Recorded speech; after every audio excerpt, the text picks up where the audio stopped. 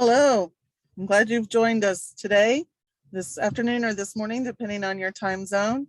It is at the top of the hour, so we'll give folks, as they're starting to come in, we'll give them just a moment or two to come through and be joining us. So hold tight, we'll reconvene in just a moment.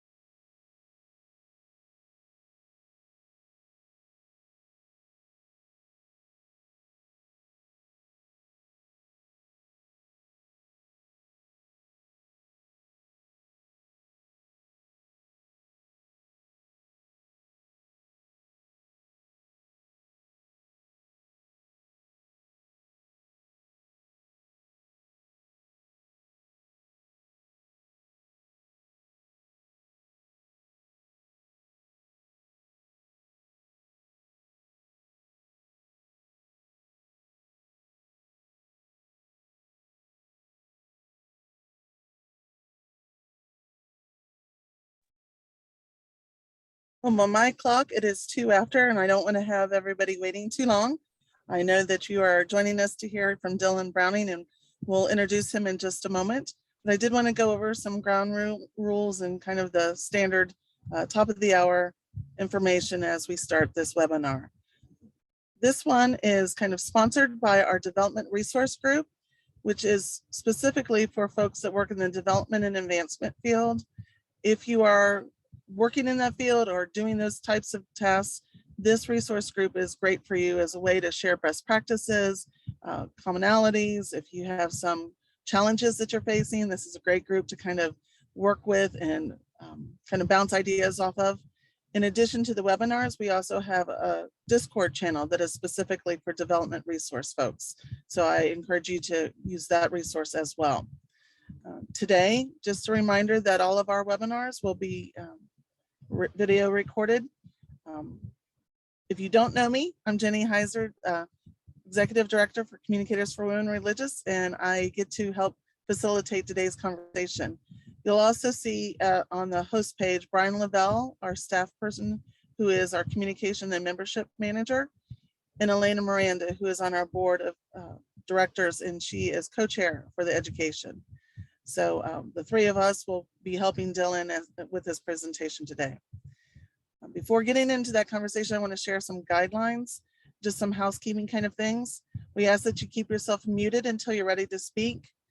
You can raise your hand. We'll do our best to call you and see you, call you throughout. Dylan says that he likes to be interrupted going throughout. If you have a burning question, he said, please feel free to capture his attention and ask as it's top of your mind.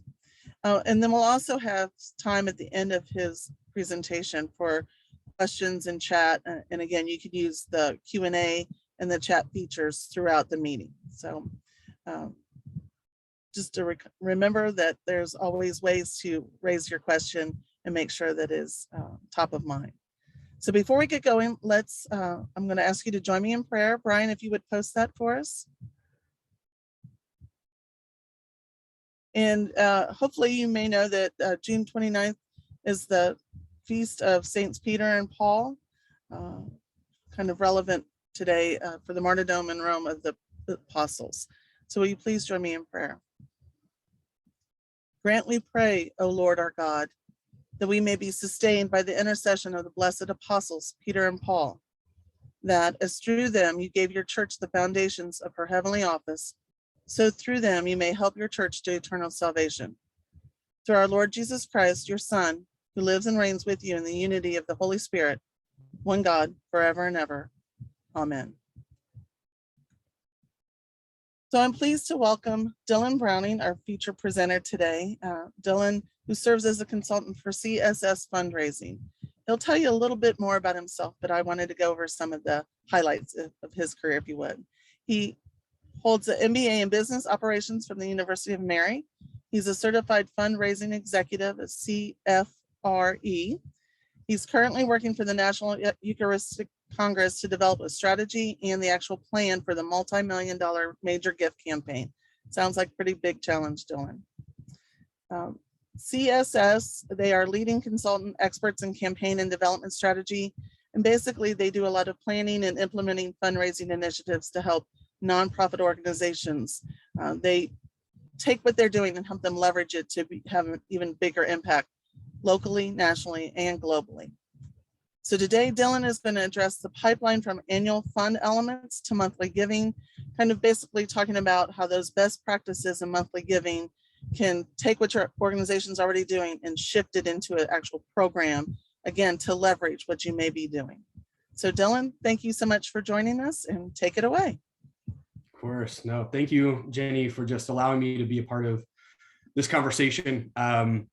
Monthly giving in particular is something I'm passionate about. I think it's, in a way, it's the millennial in me, and I've grown up around subscriptions for everything, you know, from the media I consume down to the razor blades that show up on my doorstep. You know, that subscription model has allowed me to do so much of the day-to-day life without having to think about it, and being able to see those priorities kind of intertwine into my everyday life and allow the freedom and space for me to do and worry about other things. And so because of that experience and me just being a young millennial and having that exposure, I think that monthly giving was a thing that really kind of, I know the bug kind of bit me early on in my development career. And so to be able to share a little bit about that today excites me. But kind of before we do, I'd love to just kind of share a little bit about myself, just to humanize me a bit.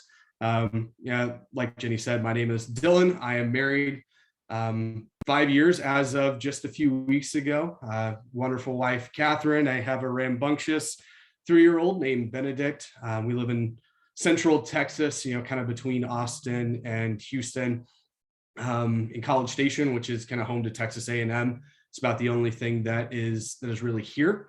And I actually kind of got my start in philanthropy here in College Station. As a college student, I got really involved with the Catholic Student Center at St. Mary's here at Texas A&M, which anyone who knows anything about Catholic campus ministry kind of holds this as one of the one of the primary movers in the industry. It kind of sits on Mount Rushmore of Catholic campus ministry. And so I really got my exposure to the faith, to mission and ministry, as well as philanthropy while there. As a student, I got engaged as an ambassador for their development program, which meant I did a lot of cultivation and stewardship with their major gifts work. And so I spent a lot of time with, excited and engaged philanthropists who had been long-term and significant supporters of the ministry.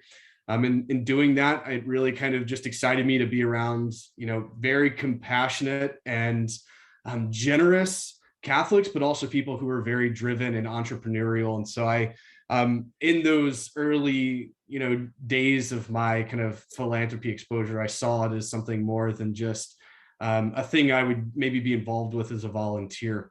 And I was blessed kind of in the 2 years to come after that to get engaged in the early phases of St. Mary's multi-stage capital campaign, which they have broken ground on the second stage of their church facility as of earlier this year. So it's kind of exciting to see the fruits of that labor and early engagement popping up here in my own backyard.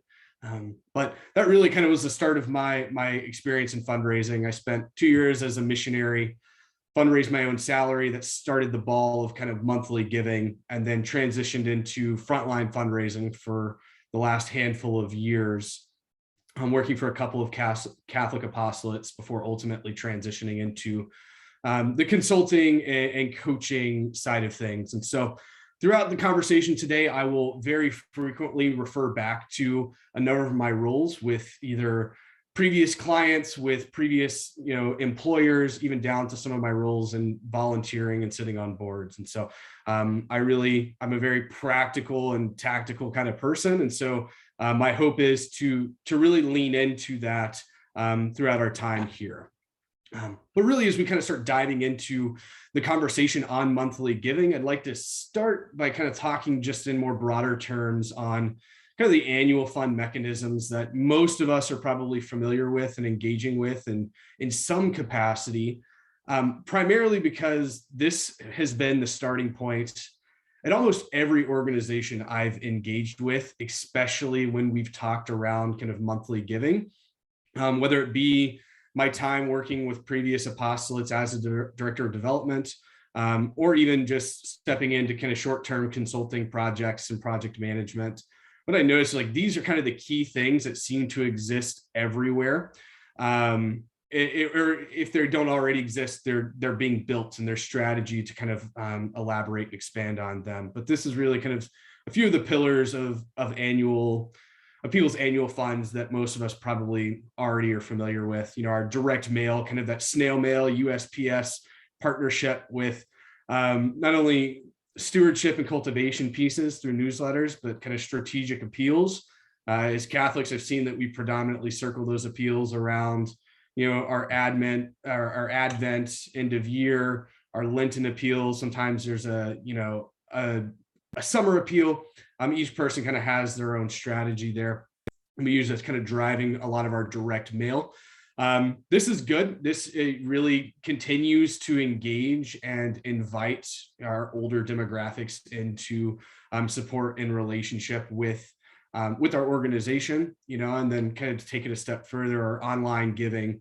That's our social media, our website presence, even our blog post, or, if you're doing YouTube or any other kind of things, even a digital newsletter.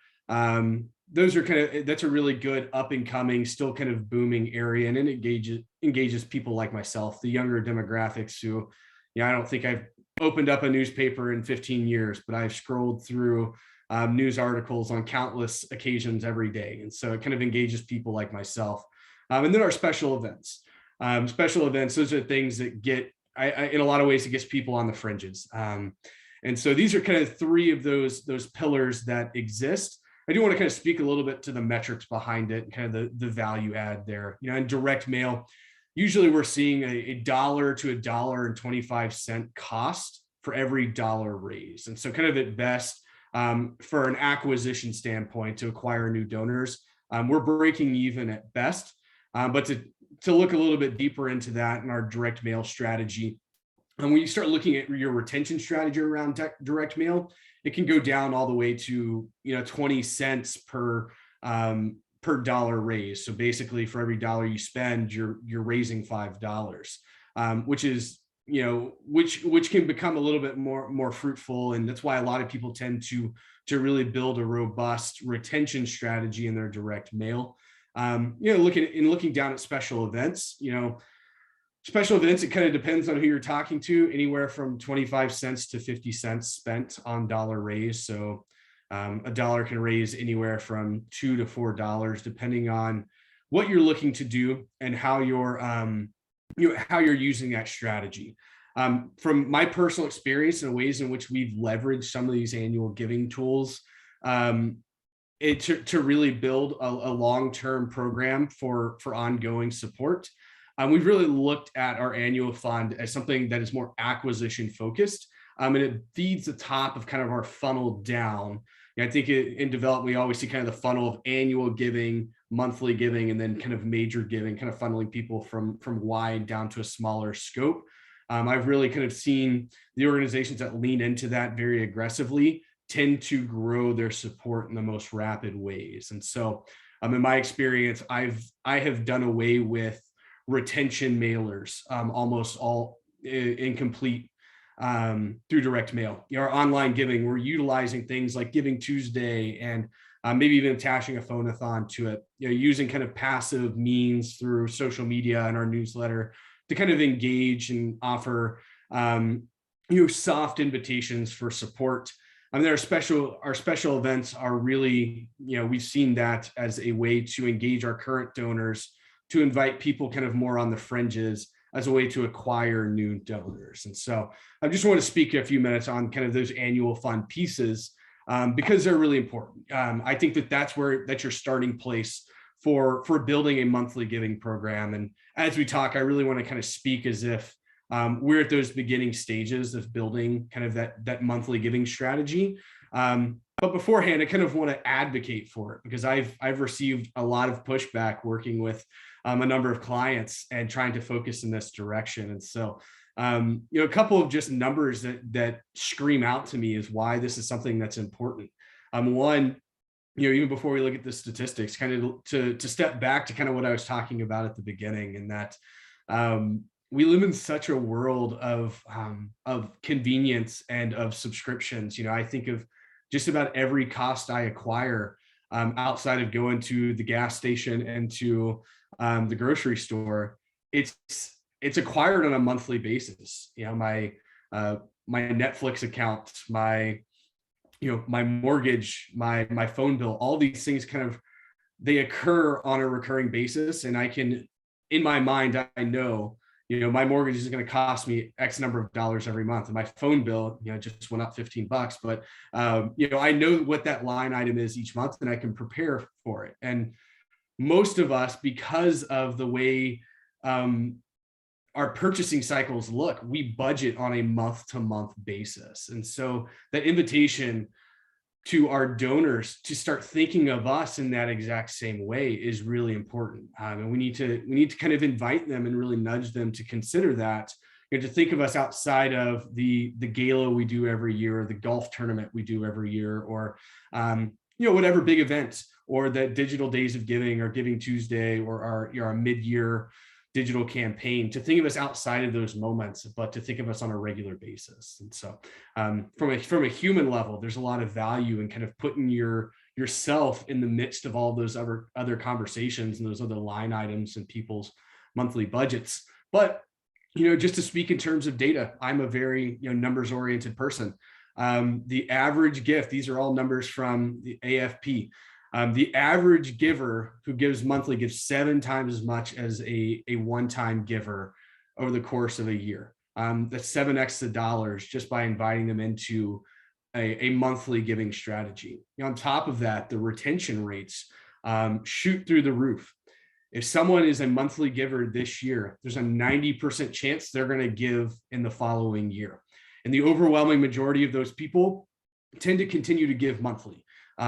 Because if they are, for any reason, stepping back and canceling their monthly gift, it's most likely due to financial circumstances that are removing them from their capacity to give at this time. And so you usually see it as an all or nothing in my experience. So just to kind of advocate for why this is super important in our strategy, in our annual fund. This isn't to separate people away from our annual giving, but to expand kind of our annual strategy of engaging with donors. And so really, I'd love to kind of take some time to shift and talk a little bit more about how do we actually do that? What are some of those first steps I should be considering and thinking of when trying to build out a monthly giving program? And how can we leverage what already exists to invite those donors who've been around for a while into this new way of giving? And so a couple of things I always kind of build. These are the 4 pillars I like to invite people into thinking of when we start looking at shifting from events and appeal-based support into recurring support. The first one is just knowing who are the best prospects for something like this right now. And the easiest ways to recognize and engage in some of that is really just who's giving regularly, who's giving multiple times a year, who's engaging. I like to run a report of who's given 3 times or more in the last 18 months. So that's kind of one of the things I like to measure on. It's a little bit different of a marker than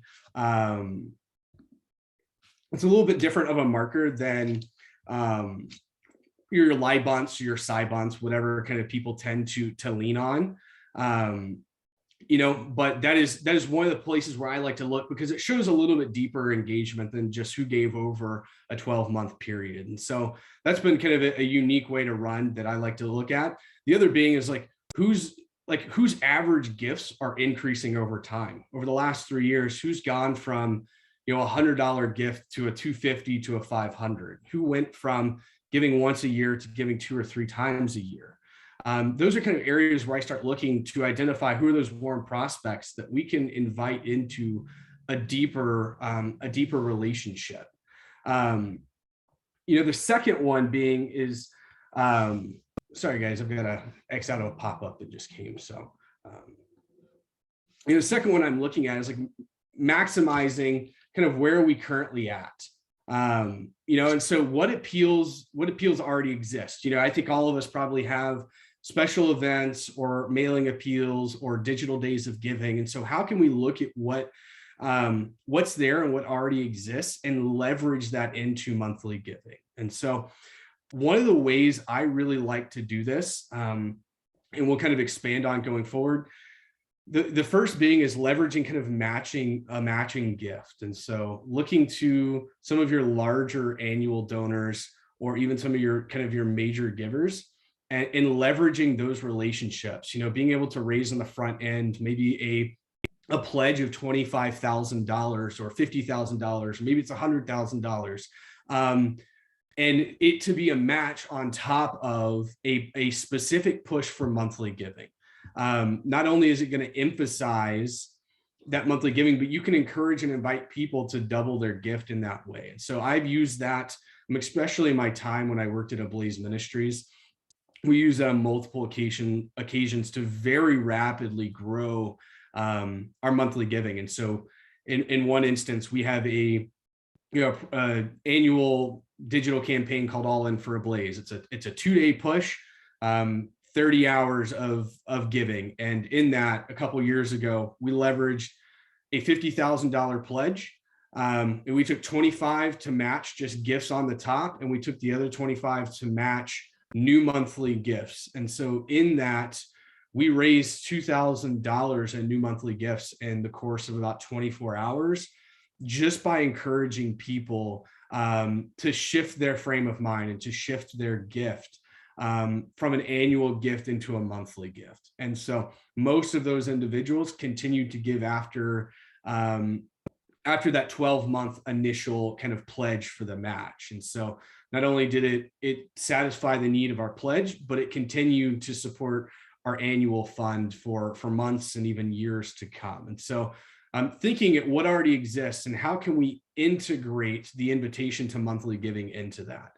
And even looking at a direct mail appeal that is explicit, especially a retention invitation, explicit towards monthly giving, framing that as your card being for a monthly gift and inviting people to look at their gift in a different term. The third one, I believe, I'm a young person again. I believe in the value of tribe building. For those who aren't familiar with this idea, it's that you build an intimate community by giving them experience that they cannot get from the outside. And so this is where I think you give your monthly community something to stand on. And so I recommend by starting with just good branding. I worked with an organization whose one of their patron saints was St. Ambrose. They were a musical kind of nonprofit, and their patron saint was St. Ambrose. So we built an Ambrose Society. St. Ambrose Society is their monthly giving platform. And in there, they got a couple of sneak peeks into things as they were developing new mass parts and new psalms.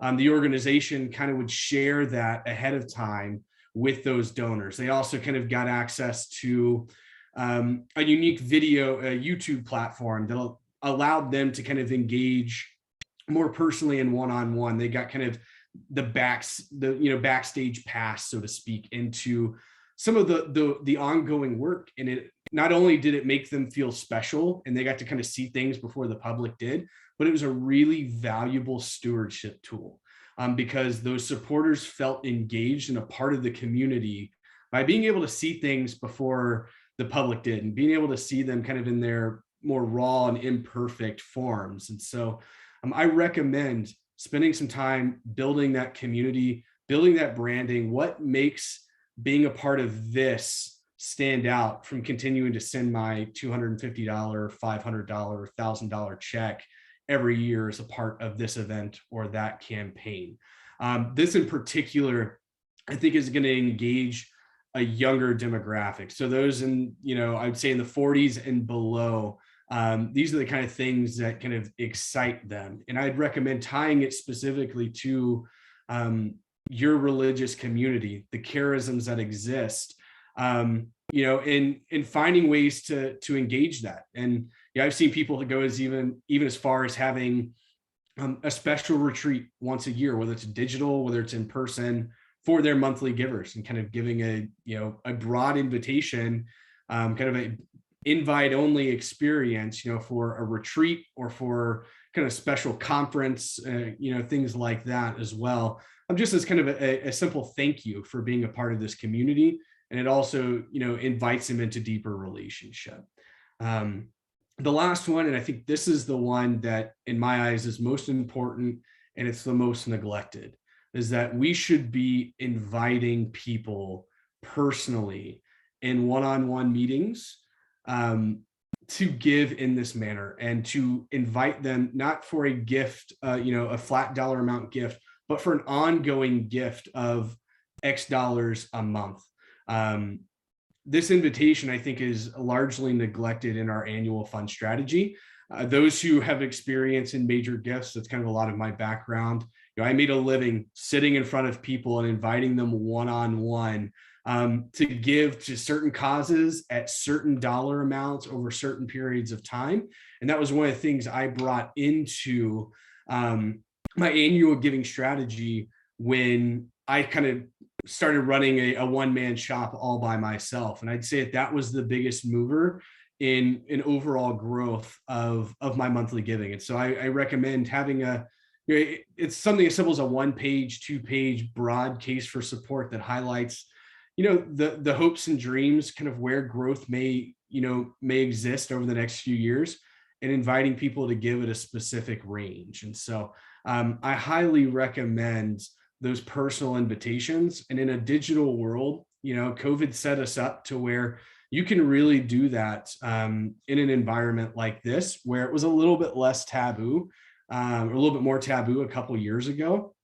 I think that's something you can definitely do now. And so I highly, highly, highly recommend that you find the space in your time and in your workflow to prioritize meetings every month with a focus on inviting people personally and one-on-one to engage in philanthropic support and partnership of your mission in this way. And so, next thing, I'd like to kind of dive in a little bit more and kind of, maybe pull back the curtain on a particular project I have worked on that showed the immense value of a monthly giving program. So I'm going to keep this somewhat anonymous as far as who it was, but this is an actual client I worked with over the span of about 2.5 years.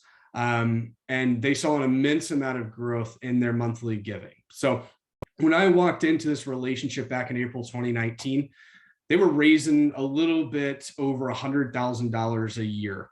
And so relatively small, relatively small development shop at this point in time. They had just recently brought in a development person to kind of start driving and building things. But of that 100 to, I think $120,000, somewhere in that range, $2,000 a month was coming in the form of monthly gifts. And it actually was just gifts that were kind of solicited by the president of the organization, just to kind of close friends and family. The rest of that was really raised in a couple of areas. It was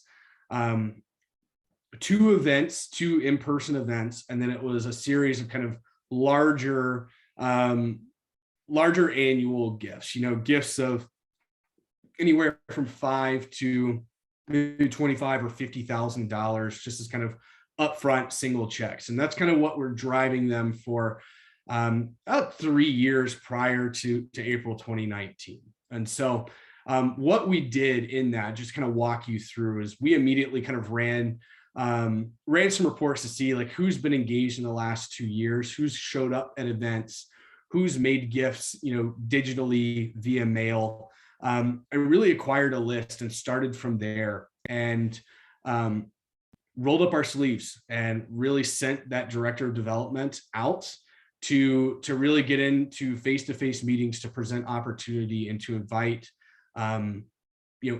invitation for monthly giving. It wasn't anything elaborate or complicated. It was just that every month you're going to solicit 8 individuals for monthly gifts in the neighborhood of $100 to $500 a month. And that became kind of a primary cornerstone piece of their development work. And then we shifted kind of our strategy, as mentioned a while back. We shifted our event strategy as well as our mailing appeal strategy to be strictly acquisition focused. So the idea is that we were trying to reach new individuals who were not currently engaged and not in our database. And by doing that on a given year, we were adding anywhere from 250 to 500 new prospective donors to the top of our annual fund funnel. And so that was 250 to 500 new names that we were able to engage over the next 12 months or so, 6 to 12 months, into a strategic communication strategy, things that we've already got built into our annual fund, but having that focus and lead towards an actual personal invitation. And that's kind of what we built. And we really gave kind of the larger individual solicitations to the president to kind of run as kind of a major gift strategy on his own, and supported that as a second pillar. And then really used our annual fund in the interim to kind of build that sustainability of that monthly giving program.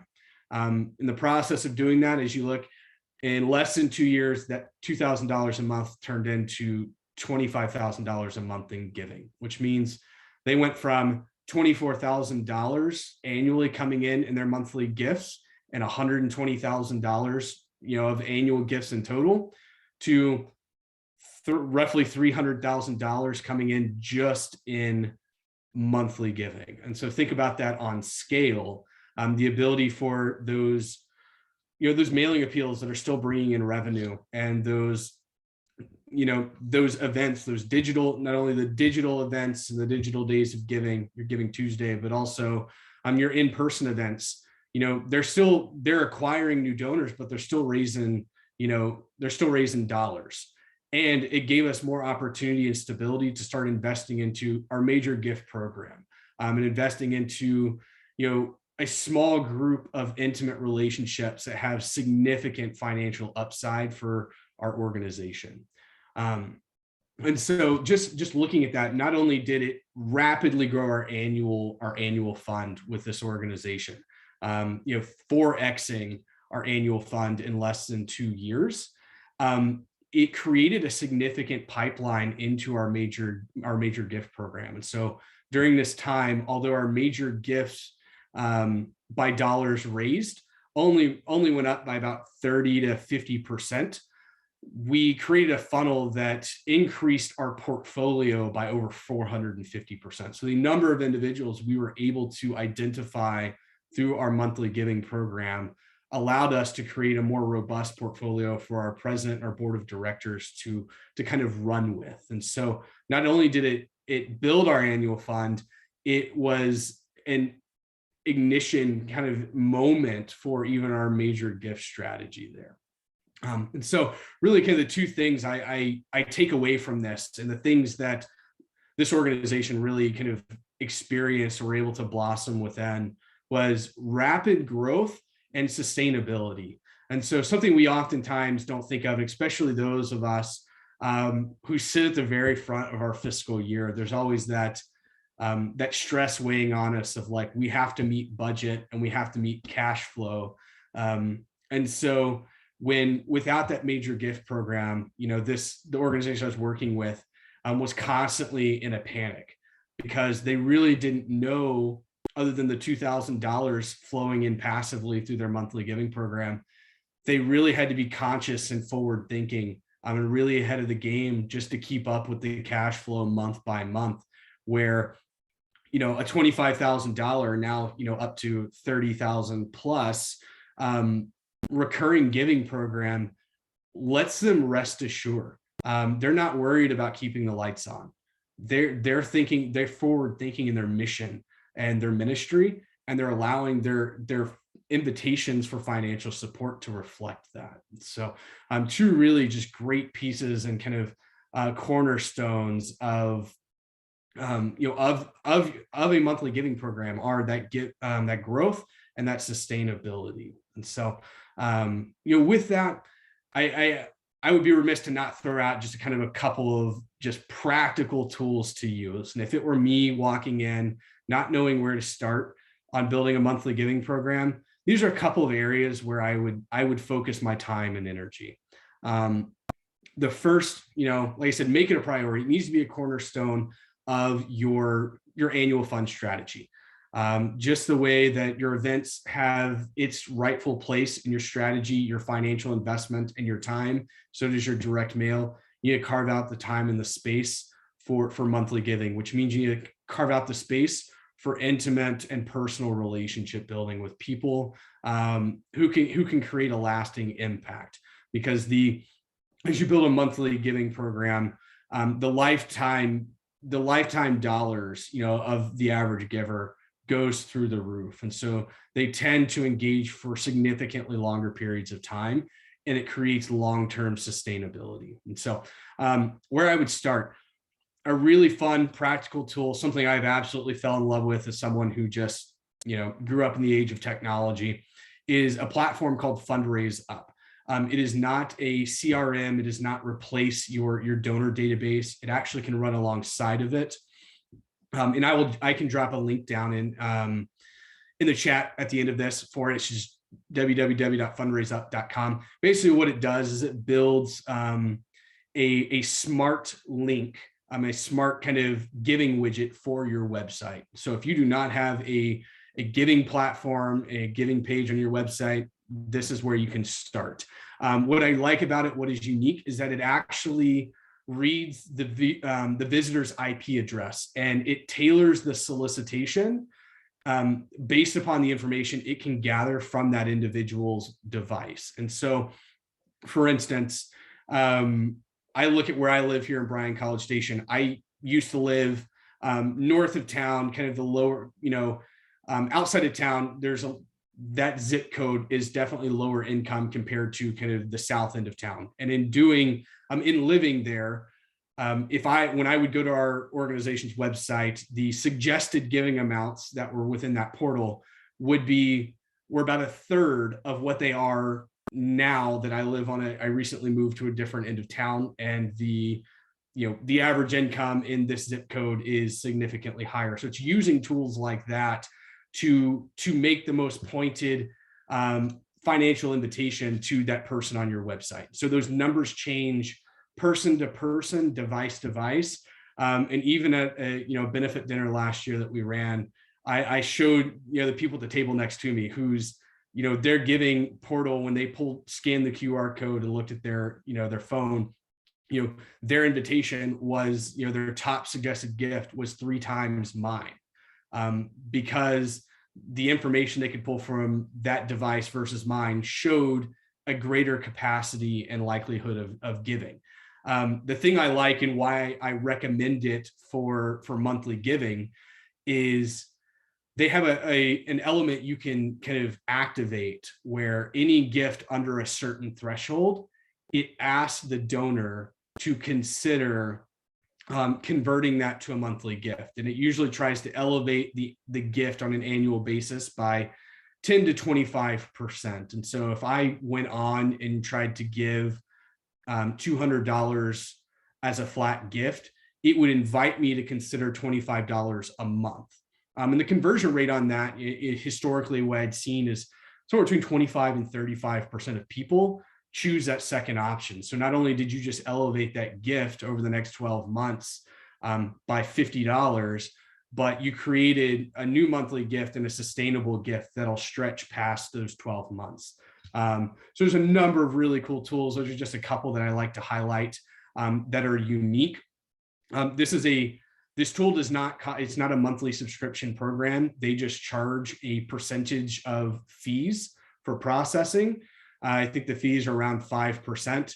And historically, I've seen about 85% of donors cover that fee. And so it really is kind of a no-brainer to activate something like this for your digital giving, just because it can kind of, in a more passive way, introduce people to monthly giving, but it can also elevate the quality of gift from those who are just giving on an annual basis. The second thing I would do if I'm trying to get started and I'm trying to kind of aggressively grow my monthly giving, I'm going to engage those people who are giving larger dollar amounts, either through our major gift strategy or even just larger annual fund people, people who give at a dinner, at the tune of $5,000 or $10,000 a year, and you can kind of rely on it. I would engage some people like that and build a strategy around leveraging a pledge for a major or significant level gift as a response to hitting a certain certain monthly goal. And so the example I gave earlier, raising $25,000 in pledges that will be given outright when the organization reaches $2,000 in new monthly gifts to match the $24,000 over the first year. That drives, and creates energy, and it creates urgency around that, especially if you can kind of package it into a campaign mode, kind of put some time parameters on it, whether it is in a Giving Tuesday type environment or a digital days of giving type environment where it's a few days, or using it in an Advent appeal and using it over a period of, a little bit slower over kind of a wider period of time. That's something I've seen have great response. Final thing, again, I coming from a major gifts background and kind of loving the personal relationships that exist in philanthropy, like get out and start asking people. People will tell you need to go sit down in front of them. You need to buy them coffee to do that. I believe that's overrated. I think what you just need to do is you need to engage on a personal level and invite people in a more intimate and personal manner than a piece of paper or an email or dropping a link on social media to engage them into this deeper form of giving. So I would recommend just starting with setting practical goals for yourself to say, I'm going to solicit, for the next quarter, I'm going to solicit 25 people at a monthly gift of $150 plus each. I'm going to identify those people in my platform. I'm going to identify those who are already engaged in our annual fund and invite them into a gift that will not only elevate the value of their gift over the next 12 months, but will create a deeper relationship and create longer sustainability and engagement with the organization. So just as some practical and tactical takeaways, this is where I would get started tomorrow, because each of these things are things that they don't take upfront capital. They don't take a lot of time. They don't take rebuilding websites and strategic plans around it. You really can identify pretty quickly how to get going and start executing over the next 2 weeks or so. And so those would be kind of my recommendations going forward. But just as right before we dive into questions, one of the things I like to highlight, because it's mesmerizing to me as someone who comes from a little bit more of a financial background, this case study I shared with you just a few minutes ago. I like measuring the cost per dollar raised. I think that just speaks highly to am I keeping up with the average? And so across annual fund giving or across just development in general, I usually see about 20 cents per dollar raised is kind of the average. And so that's across a number of different demographics. And I would argue that a lot of organizations run a lot leaner than that. But that's kind of the benchmark AFP sets across, everything from major gifts to, your digital giving, your events, and so on and so forth. And so that organization I shared the case study with, when I got a hold of them, they were running about 25 to 30 cents per dollar raised in 2018 on that fiscal year. So perspective, they raised $100,000 and it cost them somewhere between 25 and 30 grand to get there.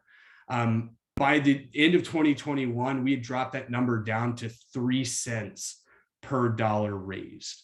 And so they were able to raise exponentially more money on the same budget, and actually ended up cutting budget by about 20% leading into 2022 through primarily their monthly giving program, because it became something that was so largely passive financially and even with human capital, that it allowed them to run a lot leaner considering the growth that they experience. And so to me, that's just a number that blows my mind. And it just shows the value that monthly giving can give, not only to the strategy and to the sustainability of your organization, but it can create an incredible return on investment. And so, with that, I'd love to kind of just open the floor up into some conversation and some questions at this time, just to kind of get y'all's thoughts and feedback. So Dylan, there have been a couple questions raised in the chat room. Yes. Anne-Marie said, what did the organization offer as benefits to becoming a monthly donor? Yeah, so I've worked with a number of organizations. The things that I've seen that I tend to like, some people tend to lean on kind of the swag stuff, like let's get them coffee mugs and whatever else with branding. That's fine. I have seen that things like that I like to offer kind of more on a one-on-one basis, allow that to be kind of a takeaway from a meeting that I have with an individual. Things I've seen work really well that I like, that you don't necessarily have to spend a lot of money on.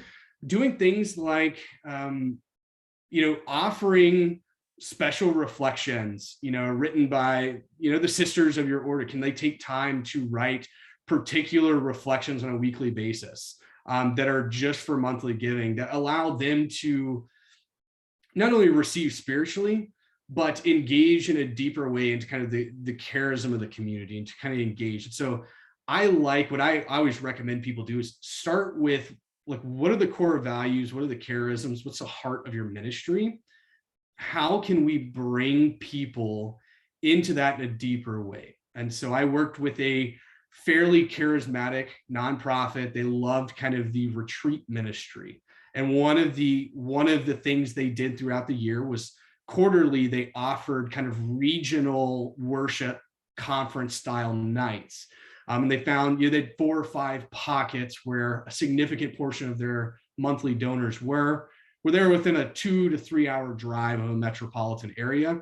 And it was by invite only. It was kind of a, at a parish or even kind of in the backyard of a donor, and invite people in kind of an intimate experience. And so what I've seen is, like, can you feed them spiritually, and can you give them experience and access that makes them feel special and makes them feel a part of your organization and your mission? I recommend, if you don't have to spend money, don't, you know what I mean? Like, invite them into experience, invite them into the things that you're already doing. I love I love the videos and the podcast, or the new, a special newsletter or prayer letter, even small things like that. If you can just set it apart that this doesn't happen for everyone, this happens for you, it becomes enticing and engaging. Thank you. And for many of our congregations, I would imagine that their donors may skew older. Carol raised this question in the chat. She said, how do older donors feel about monthly giving? So I bring that back to, what percent of older donors are subscribed in some shape, form, or fashion to things. Like, they're starting to, even they think in that kind of monthly realm. I will tell you that what I've seen historically is they're fine with doing it.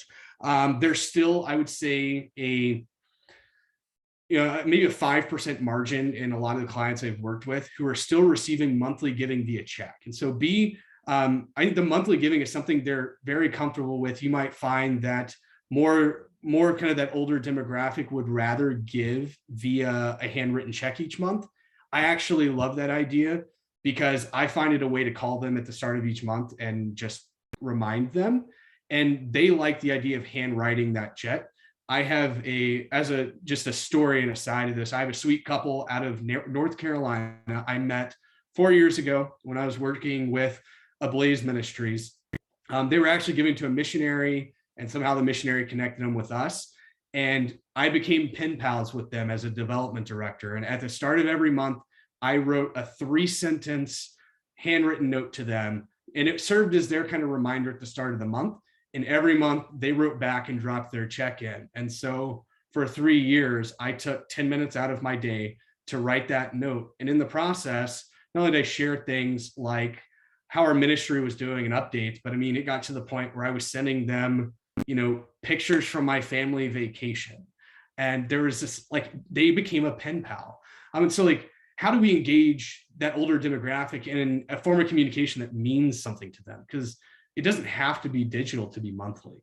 So that's maybe what I'd recommend. I think the monthly giving still very much fits because they're receiving their pay in a monthly, bi-monthly cycle, just like most of us. And they're budgeting for their expenses on a monthly basis, just like most of us. And so I think it's kind of putting yourself in their shoes and say, how can I speak and how can I engage and build relationship and rapport in their world and not mine? So that would be my thought and feedback to that. Great, thank you for that. What about lapsed donors? Do you think it's worth kind of trying to capture them once again as part of a monthly giving campaign? Yes, and so I love engaging lapsed donors. I challenge people once you kind of get to a further out threshold. There's a space where maybe a little bit of an on-ramp needs to exist. And so as a rule of thumb, in particular, whenever I was a development director, what I would say is if they haven't given in 3 years, I'm going to warm this up and I'm going to take it kind of a couple steps at a time and not just bombard them with an ask. But I like to just kind of cut to the chase. I'm a very blunt person. I like to engage with them and say, hey, you gave for 4 years and we noticed back in 2018, it stopped. I showed up about 6 months ago, and one of the things I cared about is like, why did that happen? Why did people stop giving? I just kind of open up a dialogue to say, hey, what caused that? And for 25% of the donors or more, it was, oh, well, I stopped receiving, mail, or I missed an event 1 year, and so I didn't go back, and then I didn't get the invite the following year. And so a lot of times it was just that they got missed in the annual, kind of the annual fund strategies. You'll get 50% or so who say, hey, I didn't feel like I was being valued and I put my money elsewhere because I was asked.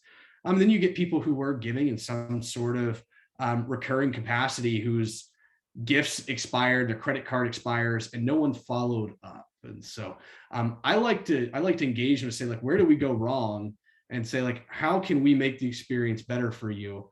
And invite them into kind of that dialogue. And most people, especially when there's an intentionality to kind of like do better and to grow, they're encouraged. I think engaging lapsed donors is a good way. I'd say for me, I would engage them and try to get them kind of back into some sort of communication strategy or into an event, at an event, and use some of those annual fund pieces to re-engage them if they've been, disconnected for quite some time.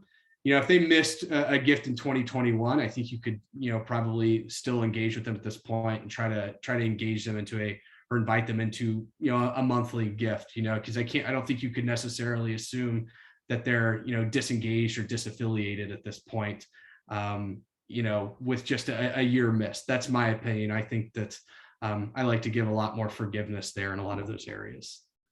Great, thank you. Another question, I know some are still being posted into the chat.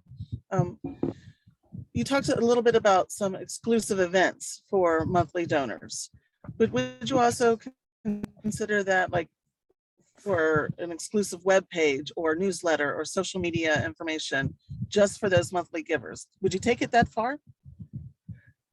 I would maybe, you could, with web pages and things like that. I think with monthly givers, kind of the things I look at is like how to create them unique. I would say a special newsletter. Absolutely. I think that that's something that might be worth investing a little bit of time into.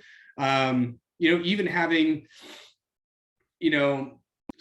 special events or things I love just because it helps build a human relationship, and they don't have to be in person. They can be something like this, a special presentation, digital, digital happy hour. We did this with right at the start of COVID when we didn't really know what life was going to look like for months and potentially years to come. We had a group, and we did this with our major donor community, but it could be done with your monthly donor. But we rallied, 25 people, and we sent them a $5 old-fashioned kit in the mail, because this group, they were known for, we like to sit and drink whiskey and smoke cigars. It's kind of where we built a lot of those relationships. And so we tried to be intimate with that. And we sent them an old-fashioned kit, and they all made a whiskey, and we sat on a Zoom call, and we built some relationship, and we shared them kind of our strategy going forward in the midst of COVID. Now, if you're doing that with 500 monthly donors, I wouldn't recommend spending $5, $10 a pop to put something like that in the mail for everyone. But special events, regionally, digitally, I love that idea. I like, one of my favorite things, talking about the musical organization I worked with a while back, the YouTube channel they built to kind of give the behind the scenes and kind of the more raw look at the ministry was something that was received incredibly well. They're writing a lot of mass parts and writing new songs, and training music directors and liturgical leaders throughout the country. And they just made it a point to capture that and capture the day-to-day and just spend a little bit of time throwing it in there. Yeah.